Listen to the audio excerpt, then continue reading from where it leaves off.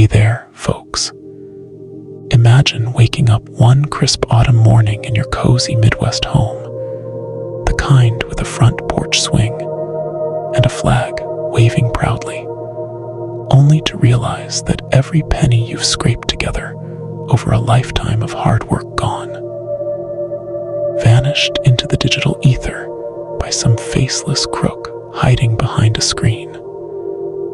That's the nightmare Shirley, a sweet 76-year-old grandma from rural Ohio, lived through. And today, I'm gonna share her story with you. It's heartbreaking, but it's real, and it could happen to any of us if we're not careful. Pause for emphasis. All right, let's rewind a bit and get to know Shirley. Picture this. Shirley Thompson grew up in a small town called Millersburg, Ohio. Think rolling cornfields, Friday night high school football games under the lights, and summers spent at the county fair munching on funnel cakes and riding the Ferris wheel. She was born in 1949, right after the war, when folks were rebuilding America one brick at a time. Her dad was a factory worker at the local steel mill, and her mom stayed home raising Shirley and her 3 siblings.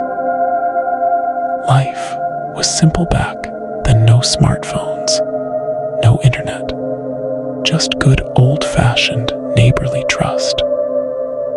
You'd leave your doors unlocked, borrow sugar from next door, and wave at everyone on Main Street. Shirley married her high school sweetheart, Tom, right after graduation. He was a tall, lanky guy with a grin that could light up a room, and they tied the knot in a little white church with stained glass windows depicting Bible stories. Tom worked as a mechanic at the Ford dealership in town, fixing up those classic Mustangs and pickup trucks that everyone drove. Shirley, she became a school teacher, molding young minds in the elementary school for over 40 years. She taught 3rd grade, where she'd read stories like Charlotte's Web to wide-eyed kids, helping them sound out words and dream big. Those were the days of potluck suppers at the VFW hall, barbecues in the backyard with burgers on the grill, and family vacations to places like Yellowstone or the Grand Canyon in their old station wagon. They had 2 kids, a boy and a girl, who grew up playing Little League baseball and cheerleading at games. Holidays were Shirley's favorite. Thanksgiving with a massive turkey, mashed potatoes drowning in gravy, and pumpkin pie from scratch. Christmas meant stringing lights on the pine tree they cut down themselves, and Easter egg hunts in the backyard with the grandkids giggling as they searched for hidden treasures. Life wasn't always easy. There were layoffs at the mill in the 80s, medical bills when Tom had his heart scare in the 90s. But they saved what they could. Shirley clipped coupons from the Sunday paper, shopped at Walmart for deals, and tucked away money in a savings account at the local credit union. By the time Tom passed away from cancer 5 years ago, they'd built a nest egg of about $150,000. Not millionaire status, but enough for Shirley to live comfortably in their modest ranch-style house, with its flower beds full of tulips in spring, and a vegetable garden out back where she grew tomatoes and zucchini. After Tom died, Shirley felt that deep, aching loneliness that so many widows know.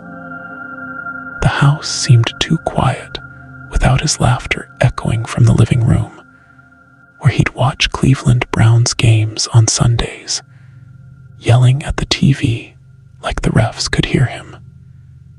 Her kids, now in their 50s, lived a few states away, one in Chicago working as an accountant, the other in Florida teaching high school. They called often, but it wasn't the same as having someone to share a cup of coffee with in the morning.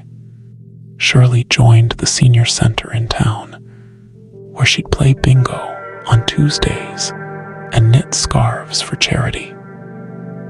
She volunteered at the library, recommending books to patrons, and attended church every Sunday, finding solace in the hymns and the community potlucks afterward. But here's where technology crept in. Shirley wasn't a tech whiz, far from it.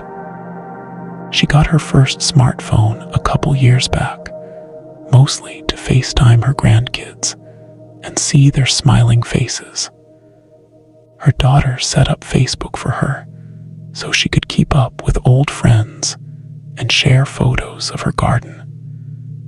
At first, it was fun, scrolling through recipes for apple pie, liking pictures of classmates' grandbabies, and joining groups for retirees. One day, about a year ago, she got a friend request from a man named Robert Jenkins. His profile picture showed a handsome silver-haired guy in a flannel shirt, standing by a lake with a fishing rod. Looked like he could be from right around the corner in Ohio. His bio said he was a widower, retired engineer from Texas, loves country music, grilling steaks, and watching NASCAR races. Sounded like a real American guy, the kind you'd meet at a 4th of July picnic. They started chatting. Innocent at first. "How's the weather up there in Ohio?" "Oh, it's chilly, but the leaves are turning beautiful shades of red and gold." Robert shared stories about his life, how he'd lost his wife to illness, how he missed having someone to share sunsets with. Shirley opened up about Tom, about the empty chair at the dinner table. It felt good, like finding a kindred spirit in this big, lonely world. He'd send her poems. Nostalgia turned bittersweet. She'd flip through old photo albums, smiling at pictures of barbecues, kids' graduations, road trips to Mount Rushmore. Life goes on, she'd tell herself, echoing Tom's words. And highs came back too. Last summer, the family took a modest trip to Lake Erie, picnics on the beach, bonfires with s'mores, laughter echoing over the waves. Shirley's grandkids taught her safer online habits, 2-factor authentication, spotting red flags like rushed money requests. She even started a blog on a free site, sharing her story to warn others. If it saves one person, she says, it's worth it. Pause, building to conclusion. So what's the lesson here, friends? In this digital age, where we're all connected yet so vulnerable, trust but verify. Shirley's story isn't unique. Millions of Americans fall victim to online fraud each year, losing billions. But it's a reminder of our resilience.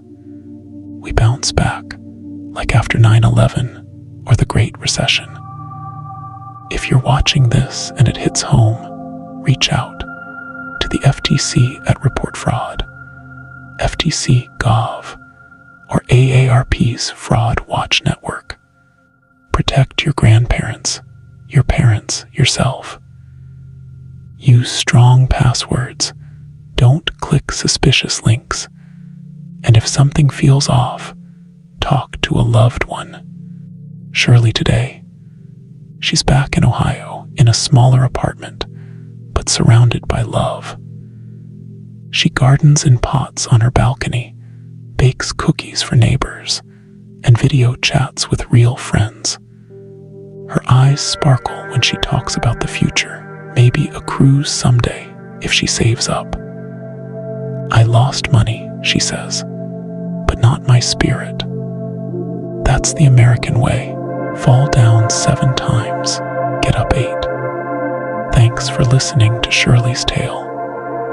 If it moved you, hit that like button, subscribe for more real stories, and share with someone who needs to hear it. Stay safe out there, folks. Until next time.